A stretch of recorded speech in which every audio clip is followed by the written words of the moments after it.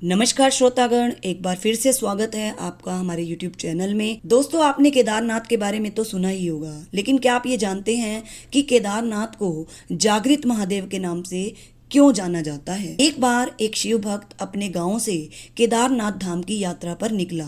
पहले यातायात की सुविधाएं तो थी नहीं, वह पैदल ही निकल पड़ा। रास्ते में जो भी मिलता उससे केदारनाथ का मार्ग पूछ लेता और मन में भगवान शिव का ध्यान करता रहता। चलते चलते उसको महीने बीत गए। आखिरकार एक दिन वह केदारनाथ धाम पहुंच ही गया। केदारनाथ में मंदिर के द्वार 6 महीने खुलते हैं और 6 महीने बंद रहते हैं।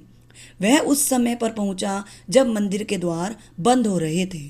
मंदिर में पंडित को उसने बताया वह बहुत दूर से महीनों की यात्रा करके आया है। पंडित से प्रार्थना की, कृपा करके दरवाजे खोलकर प्रभु के दर्शन करवा दीजिए।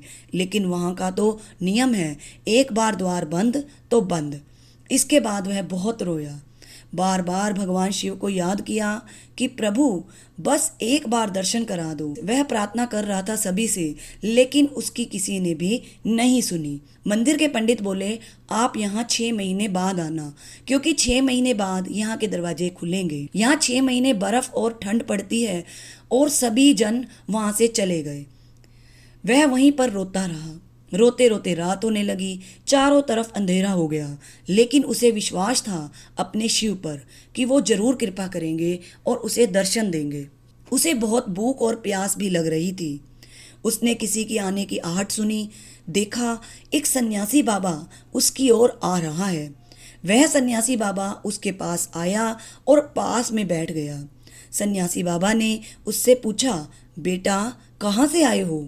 उसने सारा हाल सुना दिया और बोला, मेरा आना यहाँ पर व्यर्थ हो गया बाबा जी। बाबा जी ने उसे समझाया और खाना भी दिया। फिर बहुत देर तक बाबा उससे बातें करते रहे। बाबा जी को उस पर दया आ गई। वह बोले, बेटा मुझे लगता है सुबह मंदिर ज़रूर खुलेगा, तुम दर्शन जरूर करोगे। बातों बातों में इस भक्त को ना जाने कब नींद आ गई। सुबह सूर्य के प्रकाश के साथ भक्त की आंख खुली। उसने इधर उधर बाबा को देखा, किंतु वह कहीं नहीं थे। इससे पहले कि वह कुछ समझ पाता, उसने देखा पंडित आ रहे हैं अपनी पूरी मंडली के साथ। उसने पंडित को प्रणाम किया और बोला, कल आपने तो कहा था मंदिर 6 महीने बाद खुलेगा, इस बीच कोई नहीं आएगा यहाँ, लेकिन आप तो सुबह ही आ गए। पंडित जी ने उसे गौर से देखा, पहचानने की कोशिश की और पूछा, तुम वही हो जो मंदिर का द्वार बंद होने पर आए थे, जो मुझे मिले थे? 6 महीने होते ही वापस आ गए?